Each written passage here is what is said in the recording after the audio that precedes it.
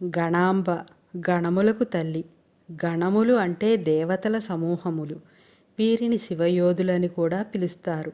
ఇట్టి గణములకు శక్తినిచ్చేది అమ్మవారు. అందువల్ల అమ్మవారు గణములకు తల్లి అంటే గణాంబ. గణాలకు అధిపతి అయినందున గణేశుడిని గణపతి అని పిలుస్తారు. ఈ గణపతి తల్లి కనుక అమ్మవారు గణాంబ.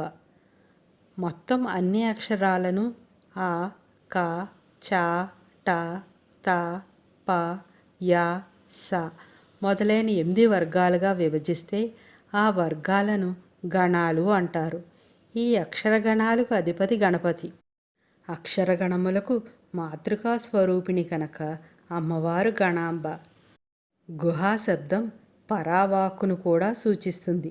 అందుకని పరావాక్కు స్వరూపమైన కుమారస్వామి యొక్క తల్లిగా గుహాంబ, వైఖరి వాక్కు స్వరూపమైన గణపతి యొక్క తల్లిగా గణాంబ.